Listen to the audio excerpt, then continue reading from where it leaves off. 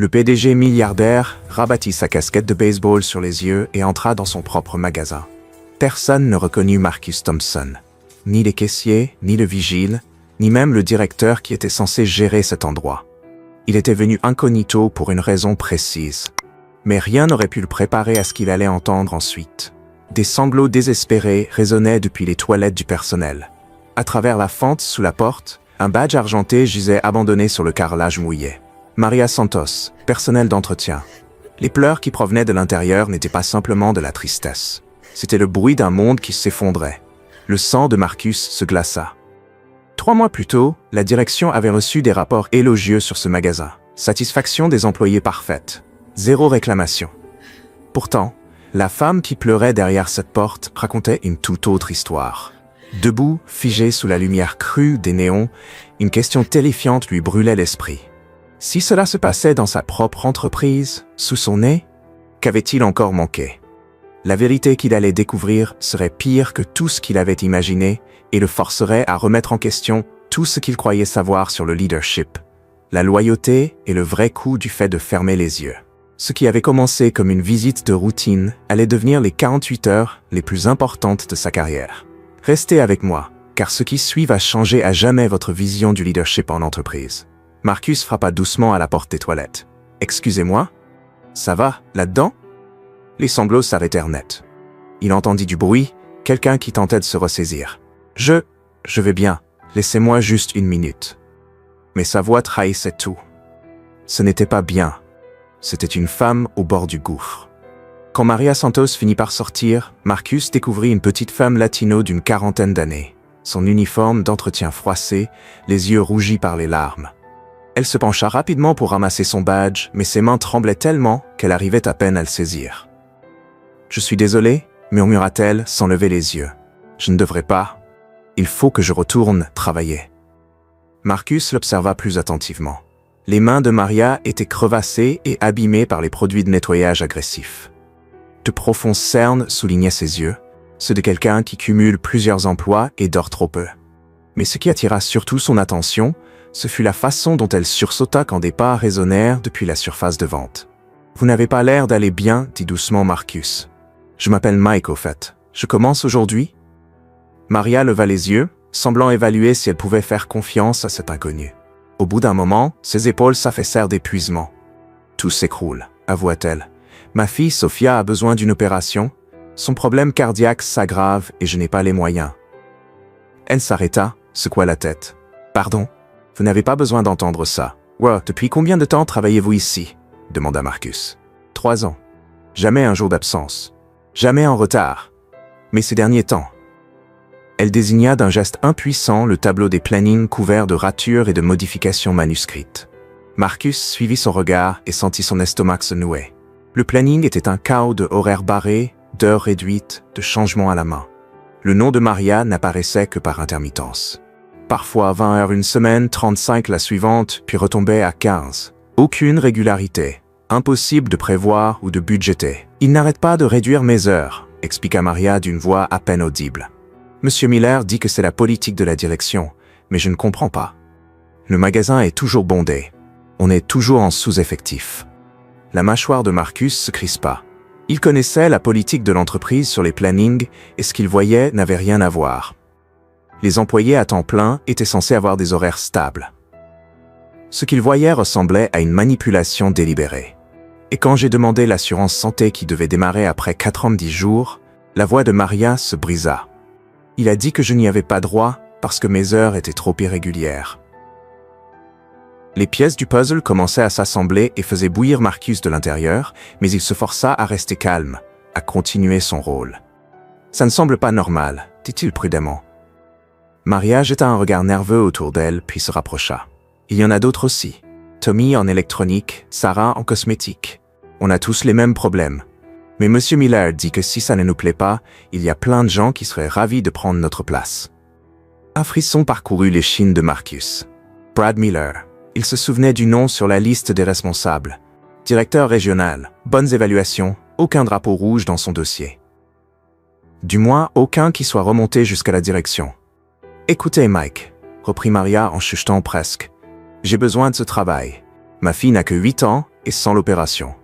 Elle ne put terminer sa phrase. Marcus la regarda épingler son badge d'une main tremblante. Ce petit rectangle argenté représentait tout pour elle. Les soins médicaux de sa fille, le loyer, leur survie, et quelqu'un utilisait cette détresse contre elle.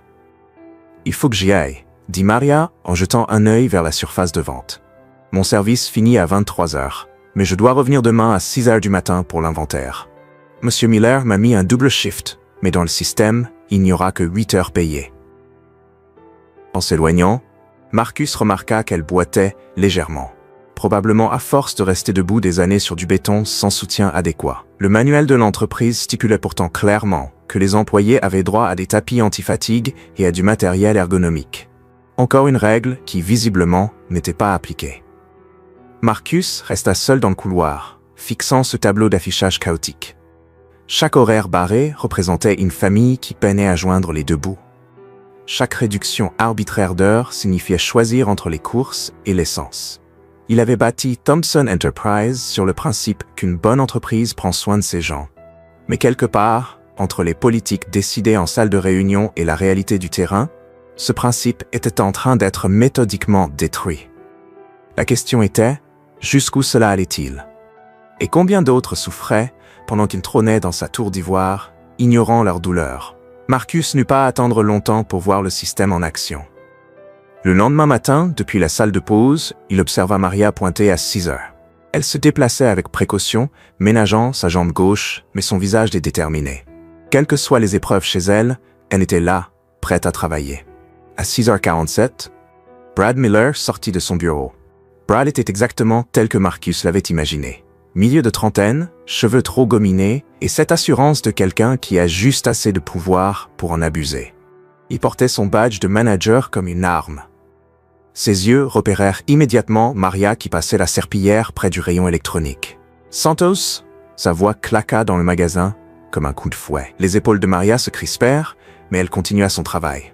« Santos, je vous parle. » Elle finit par lever les yeux, le visage soigneusement neutre.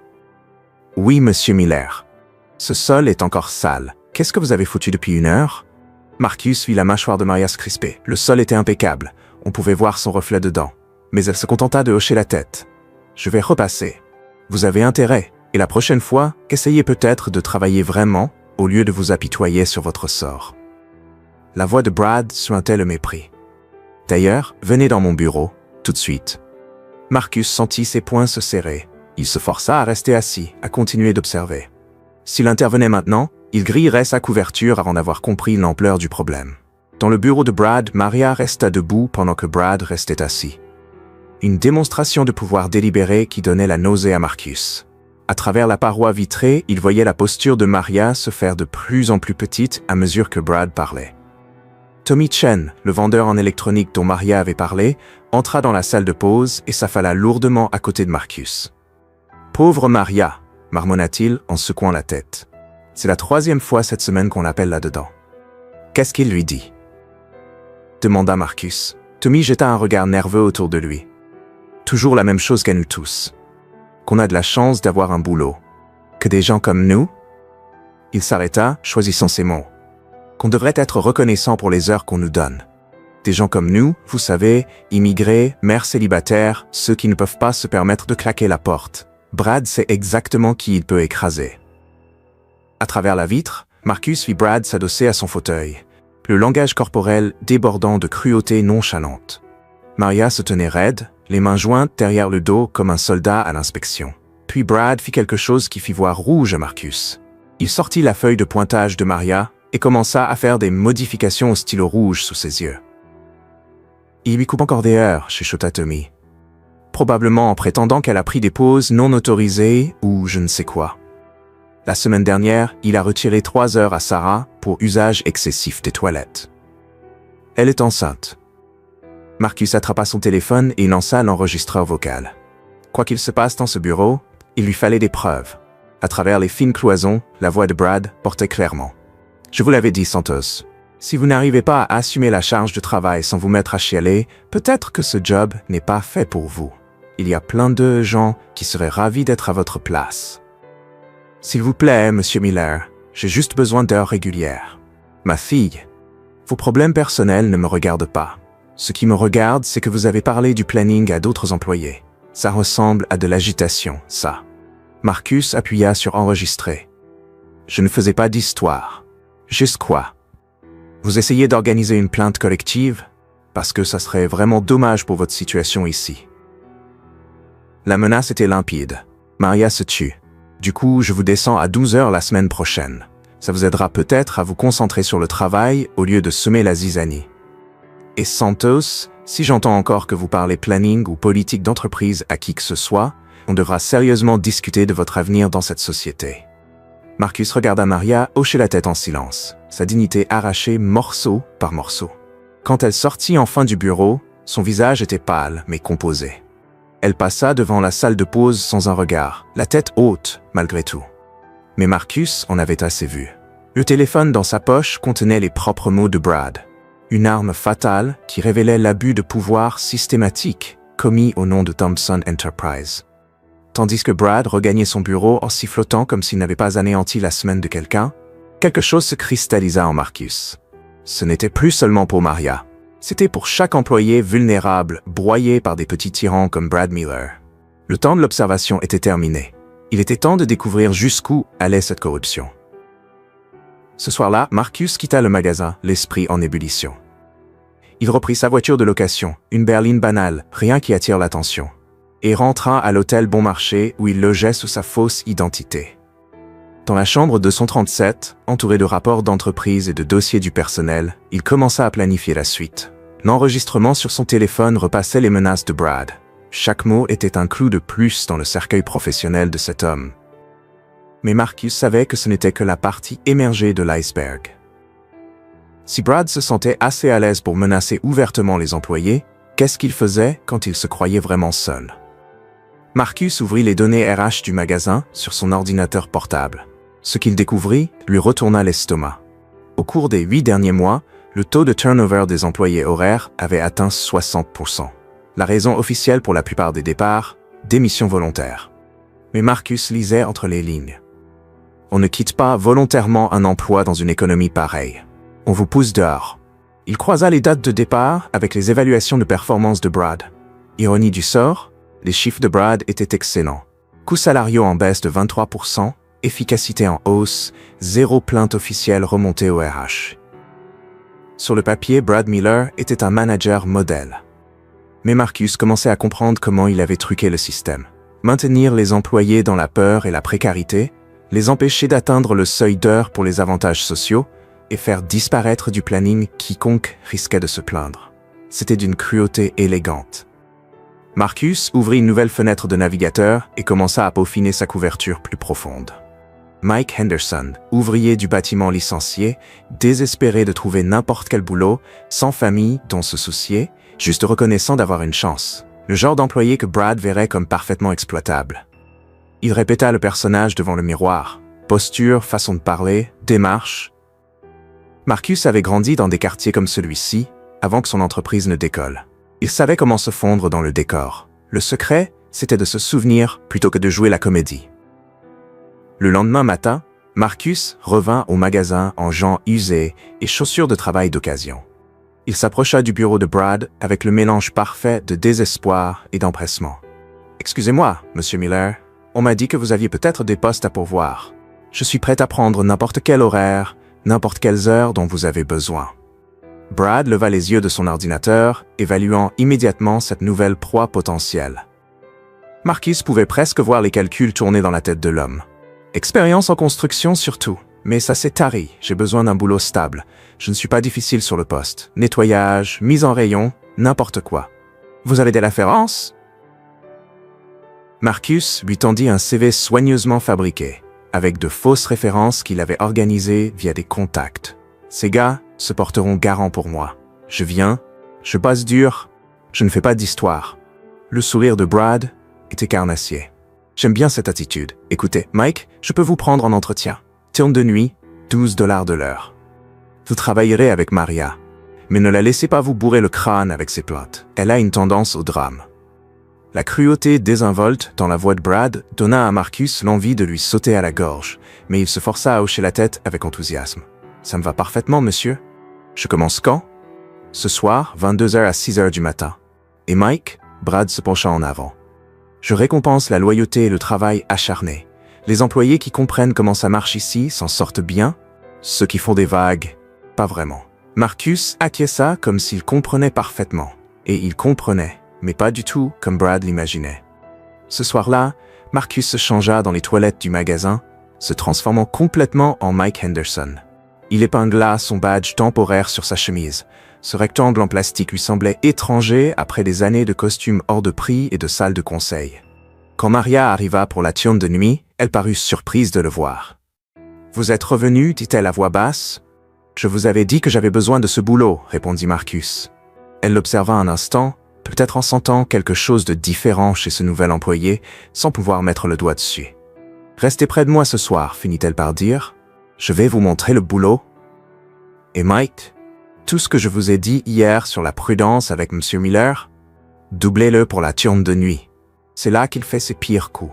Quand les lumières du magasin baissèrent et que les derniers clients sortirent, Marcus sentit le poids de ce qu'il allait découvrir. Au cours des 8 prochaines heures, il allait connaître l'ampleur réelle des agissements de Brad Miller.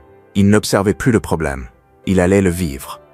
Le magasin se transformait après la fermeture. Ce qui ressemblait à un environnement de vente normal en journée révélait sa vraie nature dans les ombres fluorescentes de la turne de nuit. Marcus suivit Maria dans sa routine, apprenant la chorégraphie complexe du travail d'entretien de nuit. Mais dès la première heure, il remarqua des choses qui lui firent monter la tension. « Maria, pourquoi vous nettoyez la salle de pause avec les mêmes produits que pour les toilettes ?» demanda-t-il en la voyant rincer une serpillière dans un seau qui puait le désinfectant industriel. Elle jeta un regard nerveux autour d'elle avant de répondre. « Monsieur Miller a coupé le budget produit d'entretien. Il dit qu'on en utilise trop. » Elle montra une bouteille de nettoyant sol presque vide.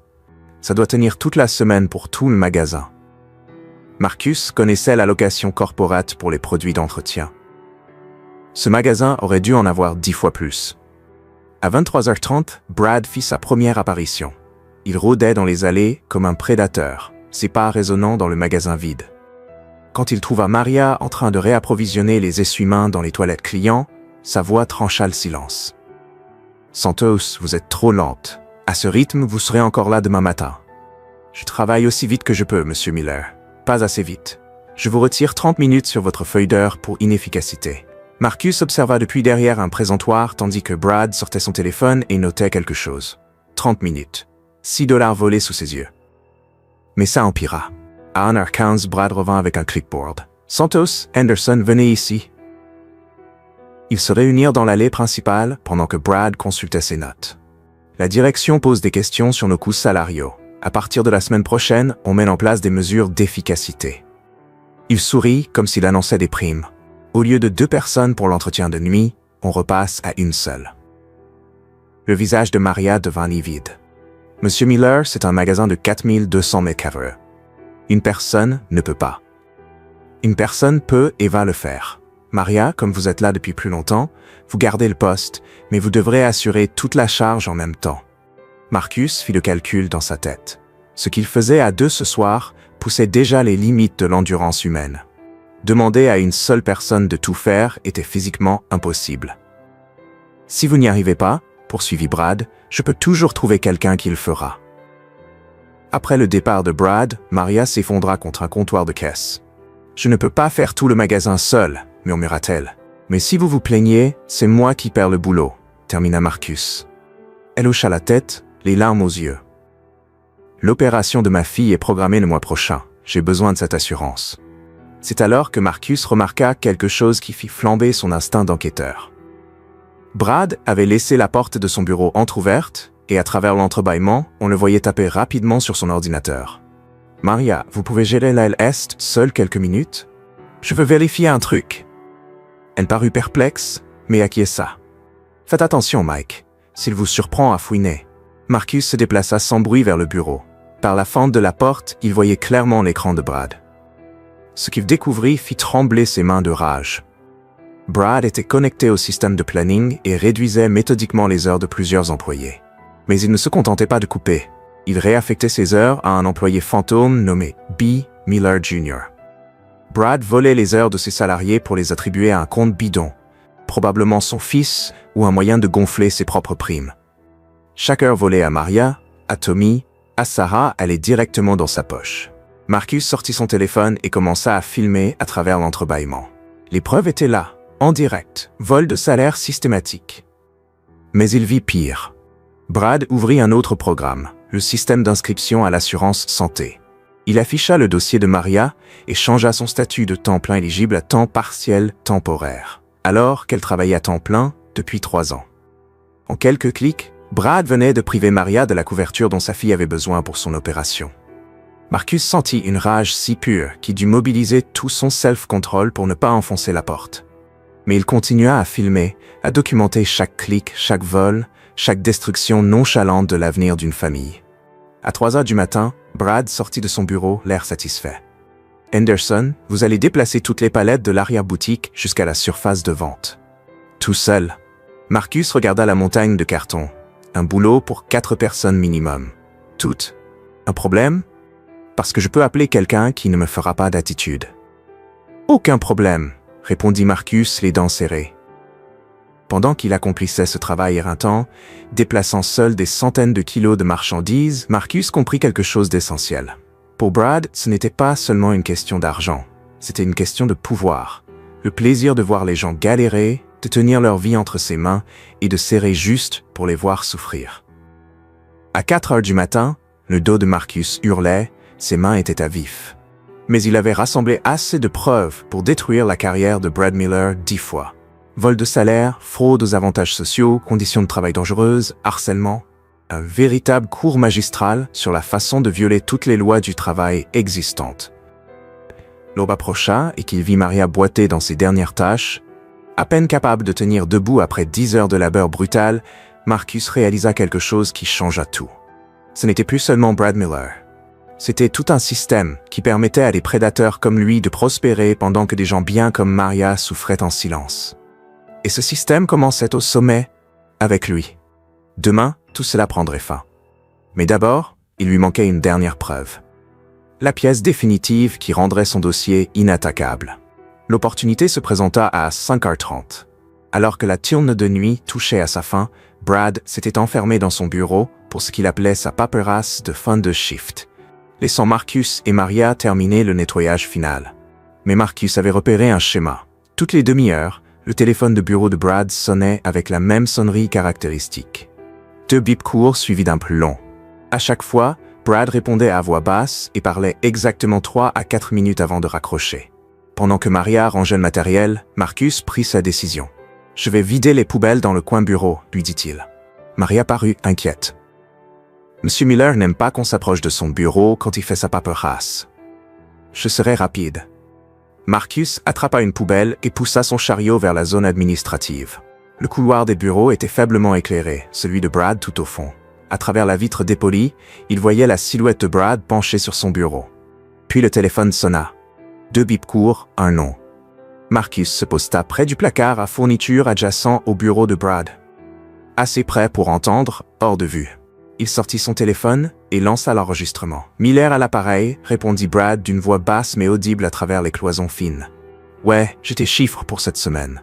Santos descendu à 12 heures, Chen à 15, la enceinte, Sarah, je la mets à l'inventaire, ça la fraquait d'ici 1 mois. » Le sang de Marcus se glaça. Brad rendait des comptes à quelqu'un sur son harcèlement systématique des employés. Non, aucune plainte déposée. Ils ont trop peur pour appeler la direction. Je m'en suis assuré. Brad ricana. Le beau, c'est que la direction voit nos coûts salariaux baisser et pense que je suis un génie de l'efficacité. La voix à l'autre bout était étouffée, mais Marcus distingua une question sur les traces écrites. Bien sûr que je couvre mes arrières.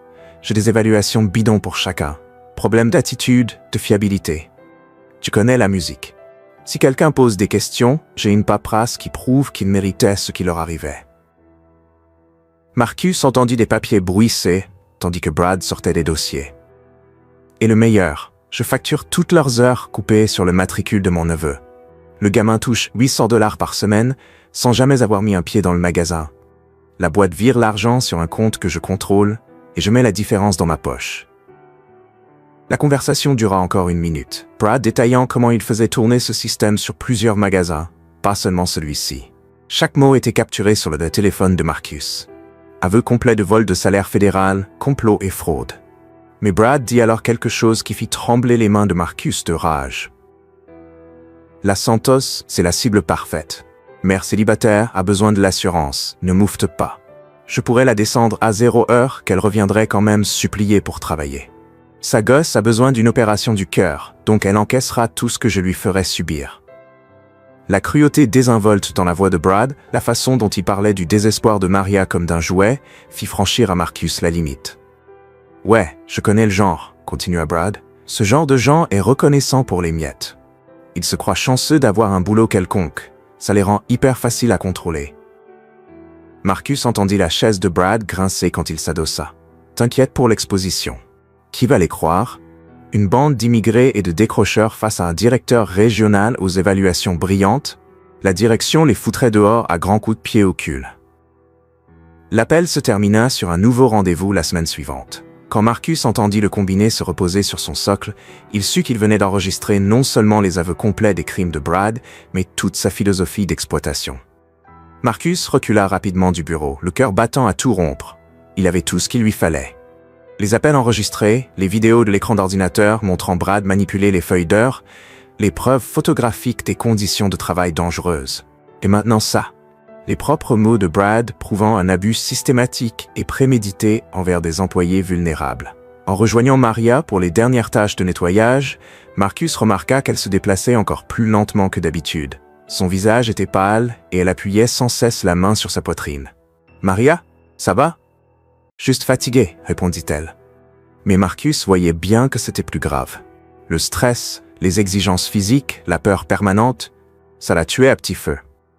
Quand avez-vous vu un médecin pour la dernière fois ? Maria eut un rire amer. Les médecins, ça coûte de l'argent. Mon assurance ne démarre qu'après 90 jours consécutifs à temps plein. Mais M. Miller fait en sorte que ça n'arrive jamais. Marcus la regarda peiner à soulever un sac poubelle de moins de 15 kilos. Cette femme se tuait au travail pour un homme qui prenait son souffrance comme un divertissement. À 6 heures pile, Brad sortit de son bureau avec une pile de paperasses et un sourire satisfait. « Bon boulot ce soir, les gars. Santos, assurez-vous d'être là à 14 heures pour l'inventaire. Henderson, je pourrais peut-être vous trouver d'autres shifts si vous continuez comme ça. » Tandis que Brad s'éloignait en sifflotant, Marcus sentit le poids des preuves sur son téléphone. Demain matin, il mettrait fin au règne de terreur de Brad Miller. Mais ce soir-là, il dut regarder Maria boitiller jusqu'à sa voiture en sachant qu'elle serait de retour dans 8 heures pour tout recommencer. L'arme fatale était chargée. Il ne restait plus qu'à tirer. Marcus ne dormit pas de la nuit. Il passa les premières heures du matin dans sa chambre d'hôtel à organiser les preuves et à passer des coups de fil. À 8 heures, il avait constitué un dossier complet sur les crimes de Brad Miller. Aveux enregistrés, preuves photographiques, documents financiers, mais il ne préparait pas seulement un dossier, il préparait une guerre. À 13h45, Marcus revint au magasin en Mike Henderson pour la dernière fois.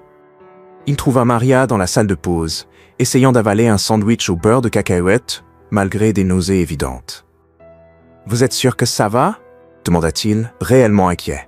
« Il faut juste que je tienne aujourd'hui, » murmura-t-elle. « L'opération de Sophia a été avancée à la semaine prochaine. Je ne peux pas me permettre de perdre plus d'heures. » La détermination de Marcus se cristallisa. Tout cela prenait fin aujourd'hui. À 14 heures pile, Brad réunit l'équipe de l'après-midi pour une formation inventaire obligatoire.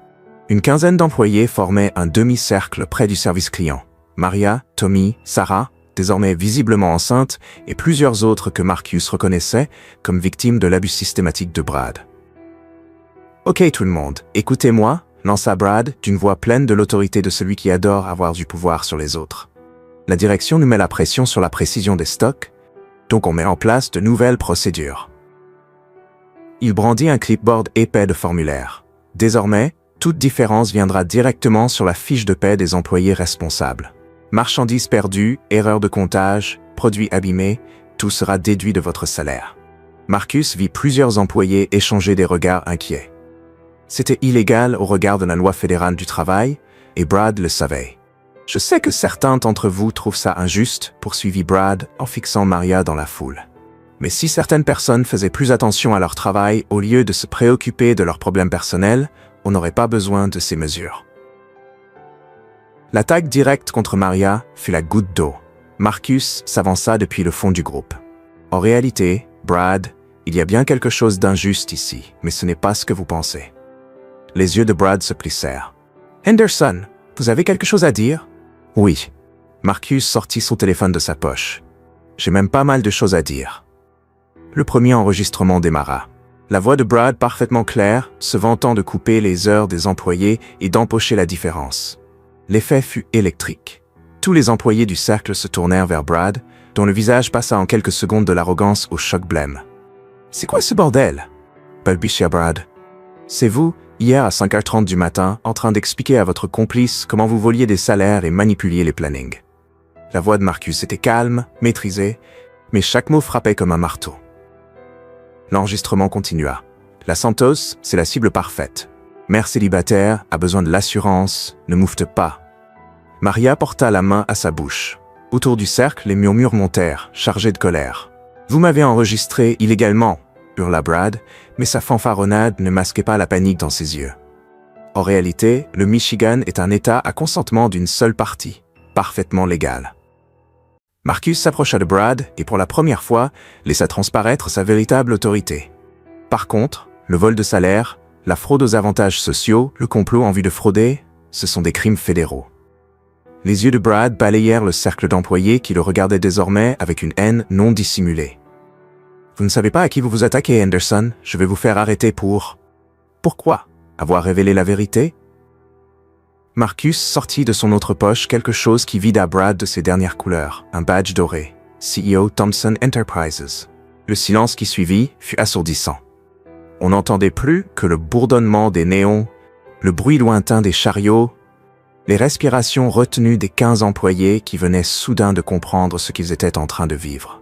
« Je ne m'appelle pas Mike Henderson, dit Marcus d'une voix qui portait dans tout le magasin. Je suis Marcus Thompson. C'est moi qui possède cette entreprise.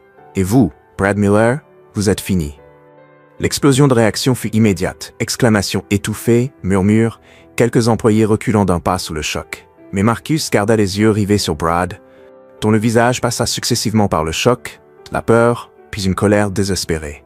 « Vous ne pouvez pas faire ça, hurla Brad.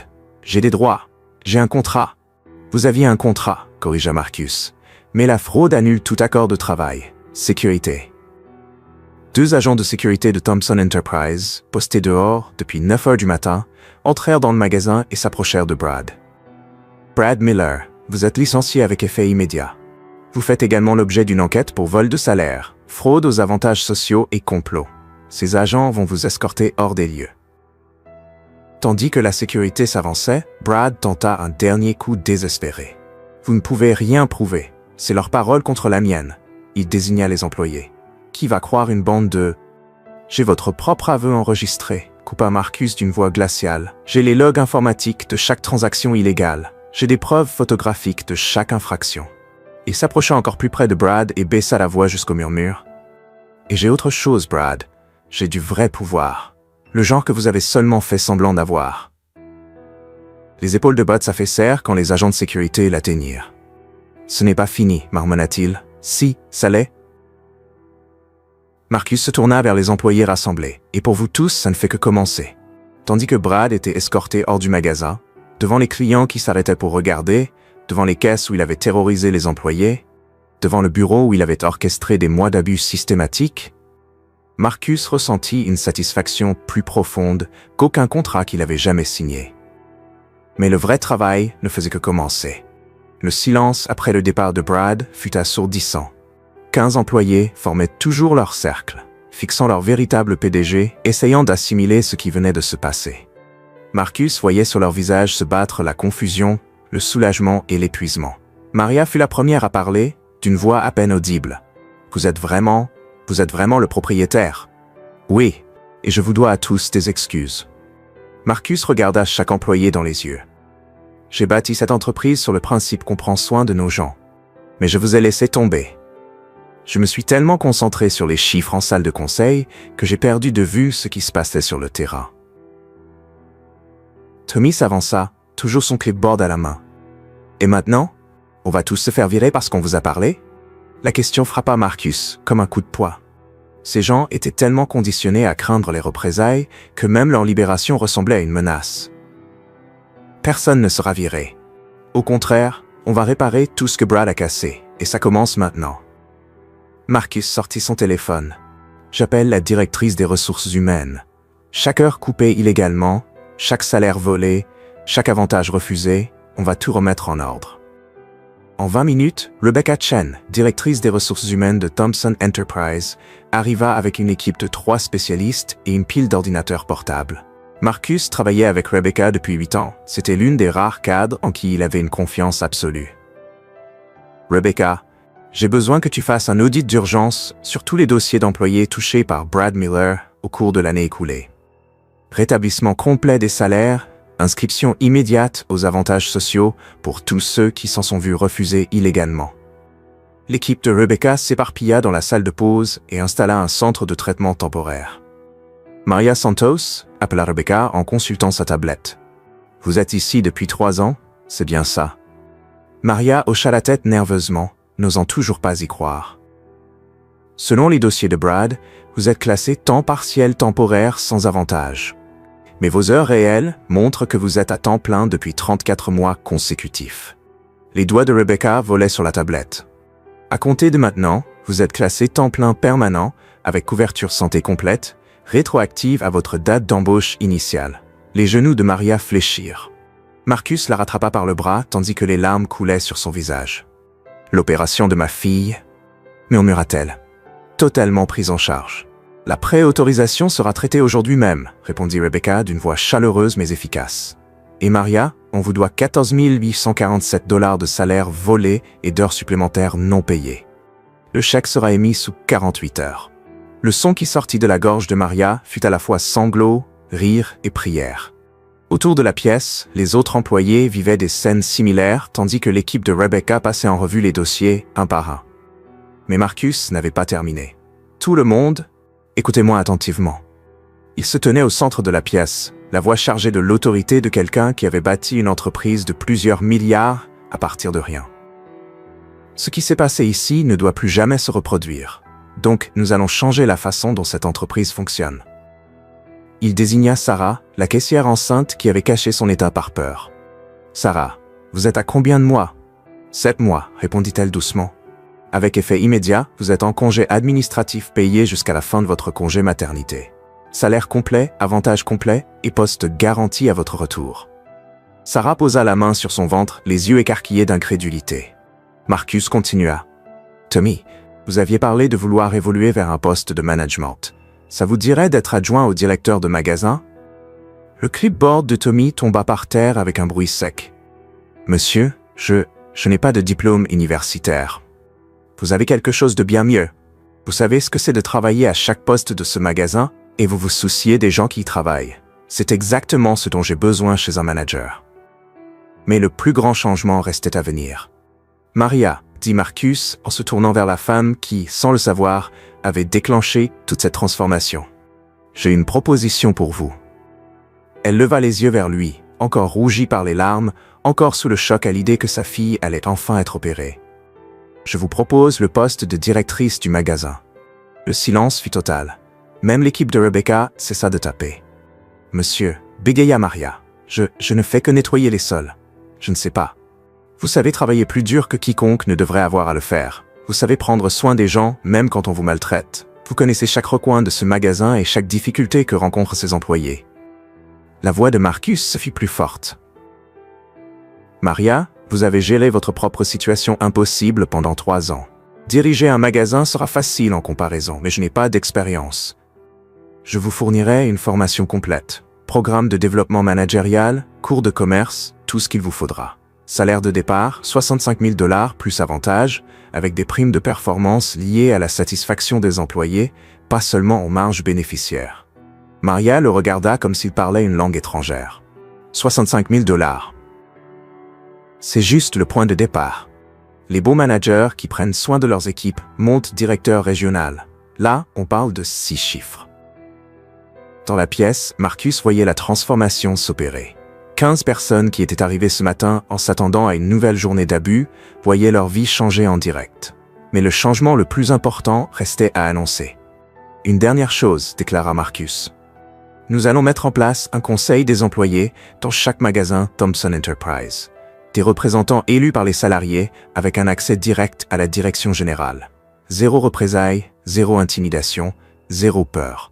Si quelque chose comme ça recommence, vous aurez une ligne directe pour l'arrêter. Il sortit une carte de visite et la tendit à Maria. Mon numéro de portable personnel y figure. Si quiconque, manager, directeur régional, voire un autre PDG, traite vous ou votre équipe comme Brad l'a fait, vous m'appelez immédiatement. Tommy leva timidement la main. Et Brad? Il s'en sort comme ça? L'expression de Marcus se durcit. Son dossier a été transmis aux enquêteurs fédéraux. Le vol de salaire est un délit grave. Il fera face à des poursuites pénales et nous engagerons une action civile pour récupérer chaque centime qu'il a volé. Pas seulement à l'entreprise, mais à vous tous. Rebecca leva les yeux de son ordinateur. À ce sujet, Marcus, nous avons identifié des schémas similaires dans 4 autres magasins. Même mode opératoire, manager différent.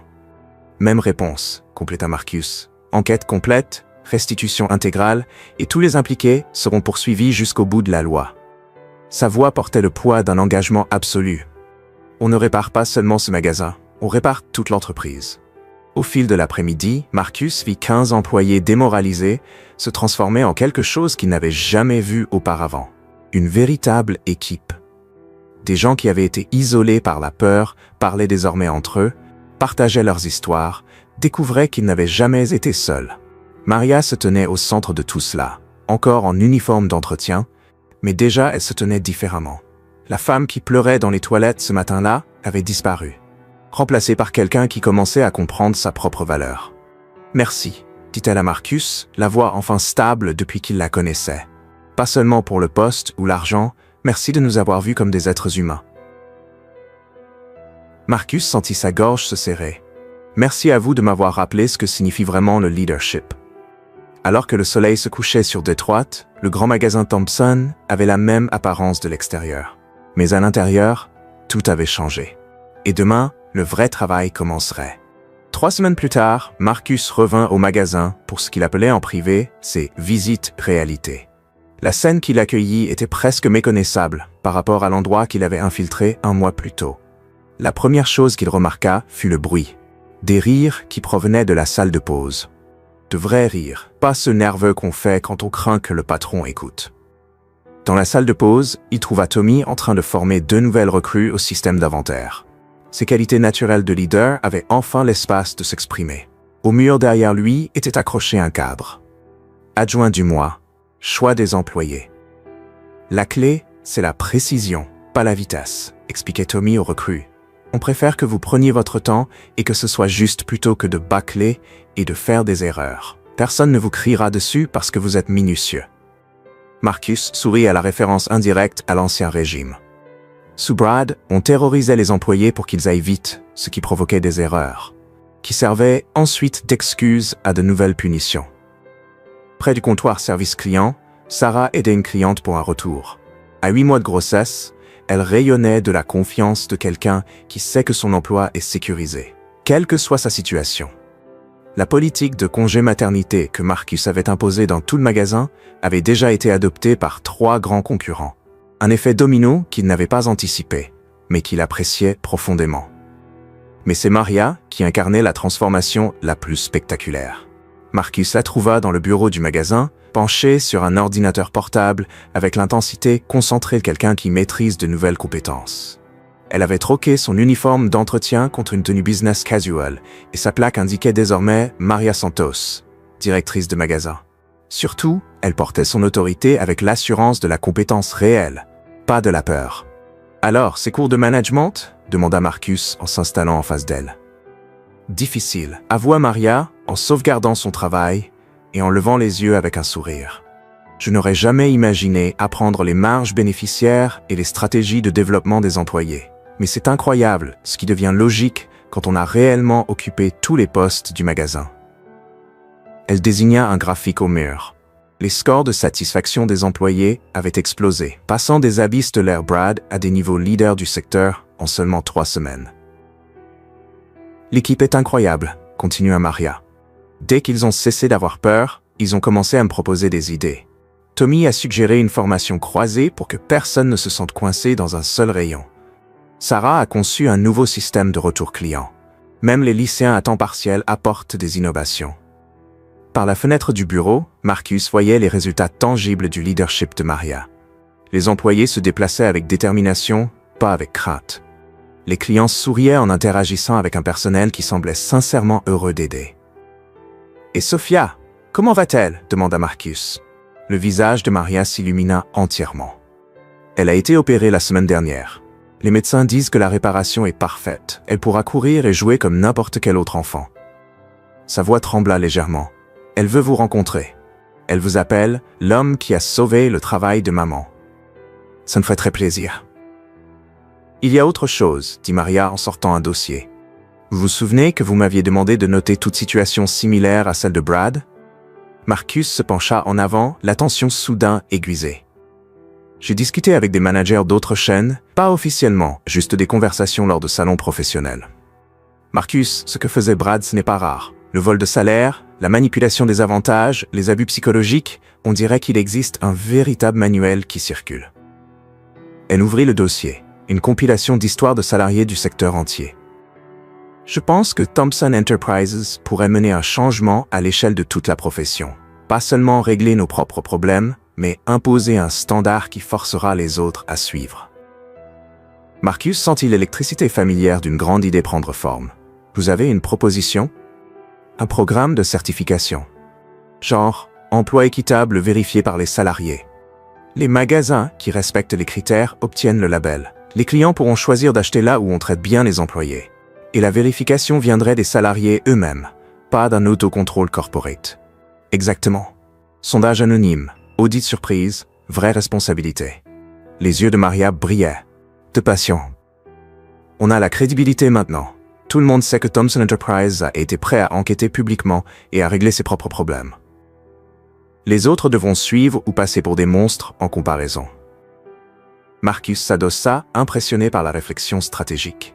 6 mois plus tôt, Maria avait peur de demander des horaires stables. Aujourd'hui, elle concevait des réformes sectorielles. « Rédigez-moi une proposition complète, dit-il. Business plan, stratégie de mise en œuvre, budget. Je veux ça dans 2 semaines. » Maria hocha la tête, déjà en train de prendre des notes. En partant, Marcus fit un dernier tour du magasin. Près du rayon électronique, il remarqua le tableau d'affichage où les plannings chaotiques de Brad avaient autrefois terrorisé tout le monde. Désormais, il affichait un planning clair et prévisible, connu des semaines à l'avance, à côté des photos du tout premier pique-nique de remerciements aux employés. Au comptoir service client, une vision familière attira son regard. Le même badge argenté qui était tombé par terre dans les toilettes un mois plus tôt, mais qui indiquait désormais Maria Santos, directrice de magasin, épinglée à un blazer et non plus à un uniforme d'entretien. Alors qu'il se dirigeait vers la sortie, Tommy l'interpella depuis le rayon électronique. « Monsieur Thompson, avant que vous partiez, on voulait vous offrir quelque chose. » Tommy lui tendit un cadre photo. Toute l'équipe du magasin rassemblée dans la nouvelle salle de pause rénovée. Sièges confortables, vraie kitchenette, grande fenêtre laissant entrer la lumière naturelle. Au centre, Maria tenait une petite plaque. « Meilleur lieu de travail 2024, choix des employés du magasin Thomson. » Ce n'est pas un prix officiel, expliqua Tommy avec un grand sourire. On l'a fabriqué nous-mêmes, mais on s'est dit que si quelqu'un doit décider si un endroit est bon à travailler, ce sont bien ceux qui travaillent vraiment. Marcus accepta le cadre, la gorge soudain nouée. En toutes ces années de succès en affaires, aucune reconnaissance n'avait autant compté. « Merci », dit-il simplement. « À vous tous. » En marchant vers sa voiture, Marcus réfléchit à la profondeur avec laquelle le dernier mois avait changé non seulement ce magasin, mais toute sa conception du leadership. Il avait commencé ce périple en pensant sauver ses employés d'un mauvais manager. En réalité, c'est eux qui l'avaient sauvé de devenir le genre de dirigeant qui perd de vue la vraie raison d'être d'une entreprise. Servir les gens, pas seulement les profits. Demain, il commencerait à déployer le système de conseil des employés dans toute l'entreprise. Le mois prochain, le programme de certification de Maria obtiendrait tout le soutien corporate. Mais ce soir, il rentrerait chez lui en sachant que 15 personnes dormiraient mieux parce que quelqu'un avait enfin écouté quand elles en avaient le plus besoin. 6 mois après cette nuit décisive, Marcus se tenait devant un auditorium comble à la conférence annuelle de la National Retail Federation. Le thème de son discours d'ouverture, « Leadership par le bas, ce qui se passe quand les PDG sortent enfin des salles de conseil ». Mais d'abord, il avait une histoire à raconter. L'année dernière, je pensais diriger une entreprise qui marchait bien, commença Marcus, sa voix résonnant dans l'auditorium silencieux. Nos profits étaient en hausse, nos indicateurs d'efficacité excellents, et les évaluations de nos managers rayonnantes. Selon tous les critères qui comptent à Wall Street, Thomson Enterprise cartonnait. Il cliqua sur la diapositive suivante, une photo de Maria en uniforme d'entretien, extraite des caméras de surveillance du magasin, prise lors de cette première nuit. Mais je ne dirigeais pas une entreprise qui réussissait. Je présidais un système qui permettait à des gens bien de souffrir pendant que des prédateurs profitaient de leur douleur.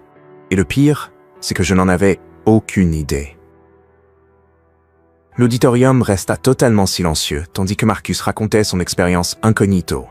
Le vol de salaire, la fraude aux avantages sociaux, les abus psychologiques systématiques qui se déroulaient sous le nom même de son entreprise. La vérité, c'est que le vrai leadership ne consiste pas à commander d'en haut. Il consiste à comprendre depuis le bas. À reconnaître que les personnes les plus proches du problème sont généralement les plus proches de la solution. Il cliqua à nouveau.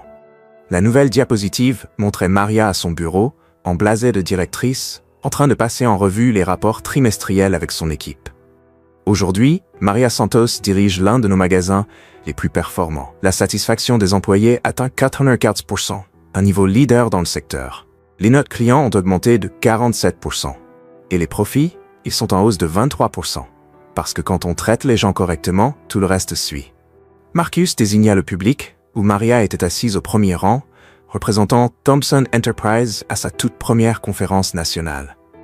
Mais cette histoire n'est pas vraiment celle de Thomson Enterprise. Elle concerne toutes les entreprises, tous les leaders, toutes les personnes qui ont le pouvoir de rendre la journée de quelqu'un meilleur. Ou pire. La présentation continua avec des résultats concrets. Le label Emploi équitable vérifié par les salariés, que 12 grands distributeurs avaient déjà adopté. Les enquêtes sectorielles sur le vol de salaire, qui avaient permis de récupérer 2,3 millions de dollars pour les travailleurs. La législation fédérale renforçant les protections sociales, inspirées par leur transparence publique. Nous avons prouvé que bien traiter ses employés n'est pas seulement moralement juste, c'est rentable.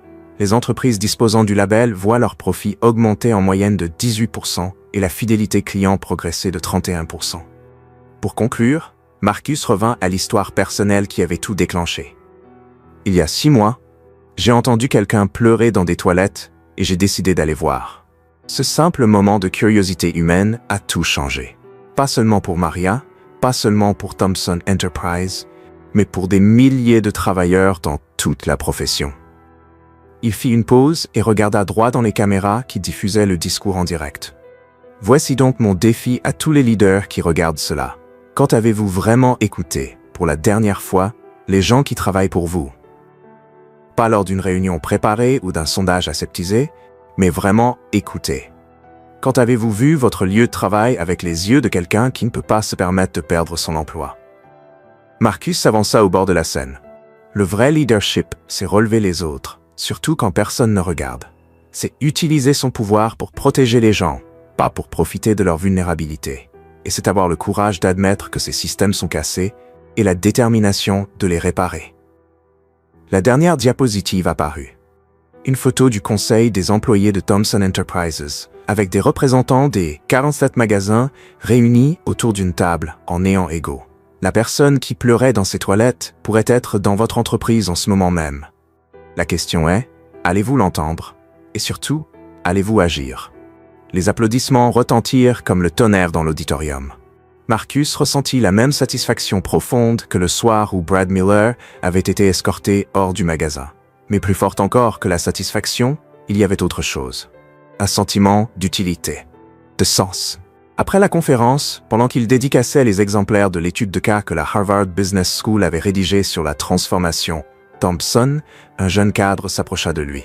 « Monsieur Thomson, je crois qu'on a peut-être des problèmes similaires dans notre entreprise. Par où commencer ?» Marcus lui tendit la carte de visite de Maria. « Commencez par écouter. Vraiment écouter. Et quand vous entendrez quelque chose qui ne vous plaît pas, ne trouvez pas d'excuses. Séparez-le. Plus tard dans la soirée, Marcus appela le magasin pour prendre des nouvelles de Maria. Un rituel devenu hebdomadaire. Comment va Sophia? Parfaitement bien. Son cardiologue dit que son cœur est plus solide que celui de la plupart des enfants de son âge. Elle demande sans cesse quand elle pourra revenir au magasin. Elle veut voir le bureau de maman. Passez quand vous voulez. J'ai très envie de rencontrer la petite fille qui a contribué à sauver notre entreprise. Marcus, la voix de Maria devint sérieuse. J'ai reçu un appel aujourd'hui d'une femme d'entretien chez Henderson Retail. Elle a vu les reportages et voulait savoir si notre modèle de conseil des employés pouvait fonctionner ailleurs.